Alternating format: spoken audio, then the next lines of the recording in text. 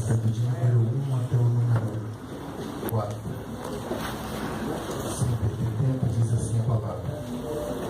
Depois dessa conversa de Davi com Saul, surgiu tão grande amizade entre Jonatas e Davi, que Jonatas tornou-se seu melhor amigo. Daquele dia em diante, Saul manteve Davi consigo e não o deixou voltar à casa de seu pai. E Jonatas fez um acordo de amizade com Davi, pois se tornara o seu melhor amigo.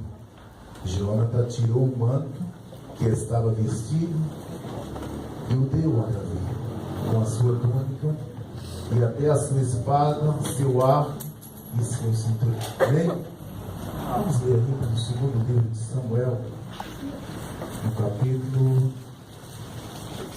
de número 23 e 17.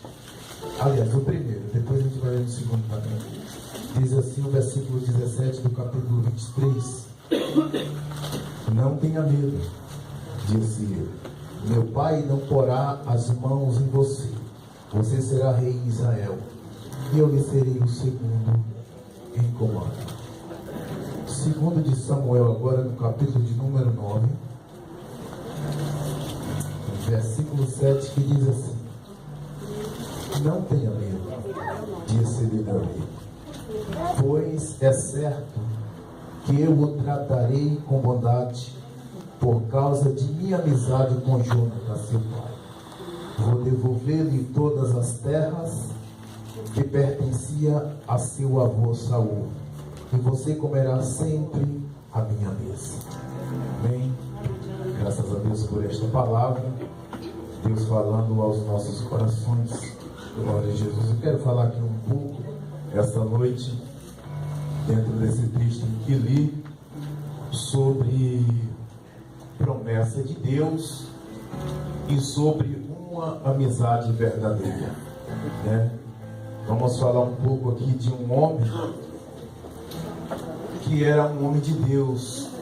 Jonas era o primeiro filho de Saul, era príncipe, e ele era um homem reto, ele era um guerreiro e tanto.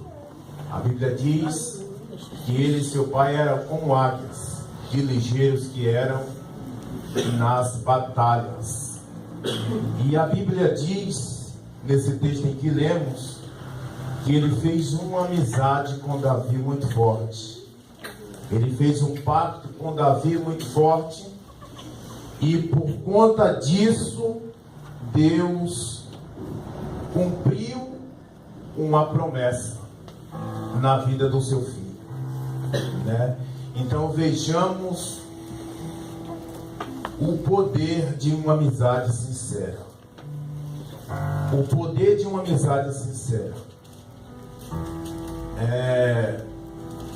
Quando o seu pai Saul estava perturbado, era o seu amigo Davi que tocava a harpa para aquele espírito que atormentava o rei Saul sair dali. E depois que Davi venceu o Golias, o rei trouxe ele para a sua casa, perguntou quem era a sua família, quem era seu pai, e ele foi ficar ali direto, servindo ao rei diretamente. Mas interessante que em todas as batalhas, em todas as pelejas, Deus a cada batalha aprovava ali o ministério de Davi. Aprovava ali o reinado de Davi. E Jonatas era homem de Deus. Ele começou a perceber que Deus era na vida de Davi. E a Bíblia diz que Saul também começou a perceber que tinha alguma coisa diferente na vida de Davi. Embora Davi já tinha sido ungido a rei, mas ainda não estava sendo o rei de Israel, porque tinha ali Saul ainda que estava reinando. Mas Deus aprovava as batalhas em que Davi estava, entregando seus inimigos na sua mão. E de repente a inveja entrou no coração de Saul, porque as mulheres saíam cantando um refrão, exaltando mais a Davi do que o próprio rei. O rei invejou-se de Davi e procurou dar cabo da vida de Davi. Jonathan não queria acreditar naquilo, porque Jonathan sabia o seguinte, que o seu pai sabia que ele era muito ligado a Davi. Mas ele acabou a descobrir que verdadeiramente Saul queria matar o rei Davi. E aí foi quando que me chama a atenção aqui nesse texto. Jonathan era o príncipe. Jonathan era o sucessor do seu pai. E ele começou a proteger aquele que estava sendo uma ameaça para o reino, aos olhos do rei Saul. Davi estava sendo uma ameaça para o reino. E Jonathan chegou a conversar com o seu pai, perguntando qual seria o pecado de Davi. O que foi que Davi fez, meu pai, para o Senhor querer matá-lo? Ele só trouxe benefícios. Ele venceu o gigante e venceu outras e outras batalhas. O que ele fez de errado? Mas na verdade não tinha nenhum erro na vida de Davi. O único erro que tinha na vida de Davi era que ele era aprovado por Deus.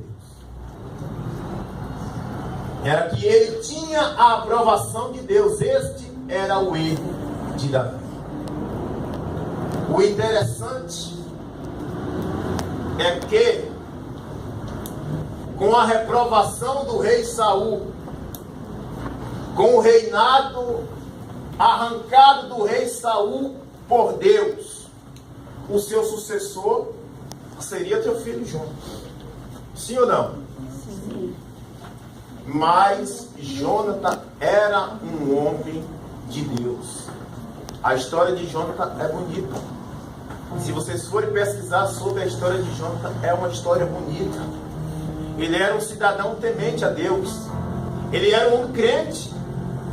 Ele era um homem que tinha temor. Ele tinha visão de Deus.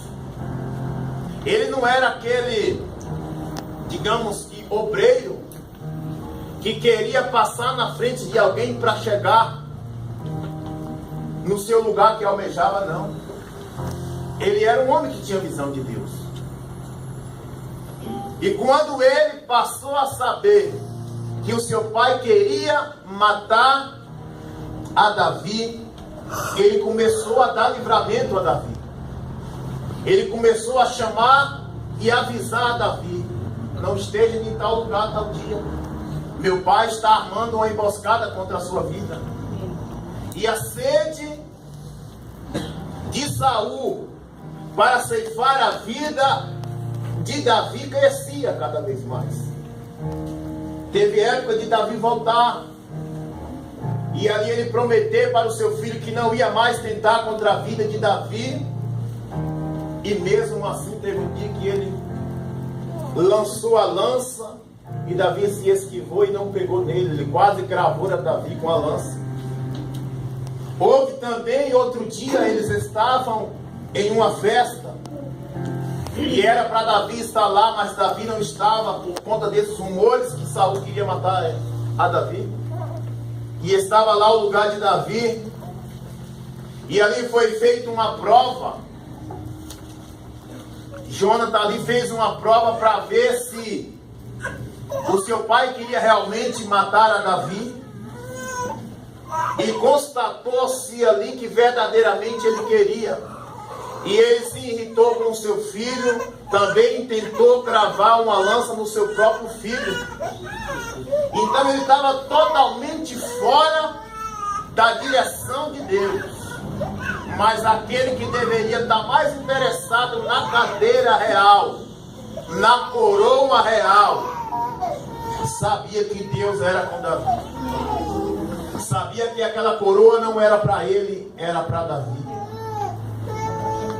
E aquele lugar Deus tinha reservado para Davi e não para ele. Aonde eu quero chegar com esta palavra essa noite? Nós temos que ter visão de Deus. Aquilo que é para você, é para você. Aquilo que é para mim, é para mim. Deus, Ele quebra protocolos. Deus, Ele não trabalha como trabalha o homem. Não. Ele quebra protocolos. Quem era para não ser, Ele faz ser. Quem era para ser, Ele faz não ser. Mas aqui, Jonathan, ele teve a visão de Deus. Porque ele sabia que ele era o sucessor do seu pai. Mas ele sabia que quem deveria assumir o trono era o rei Davi. A sua amizade continuou firme. A sua amizade não estremeceu. Não. E ele foi a pessoa que através dele, Deus usou a vida do próprio príncipe para dar livramento ao futuro rei de Israel, a Davi. Deus usou a vida de Jonathan. E nisto que Deus usou a vida de Jonathan, Deus assegurou ali uma promessa. Promessa esta, que quando estavam em guerra, se não me engano lá em 2 Samuel 4, não lembro bem se é 2 ou se é 1, passou um carro da época por cima das pernas de Mefibosete e quebrou as suas pernas e ele ficou aleijado de ambos os pés. E com toda aquela turbulência, ele fugiu. Com a sua ama, ele fugiu para longe.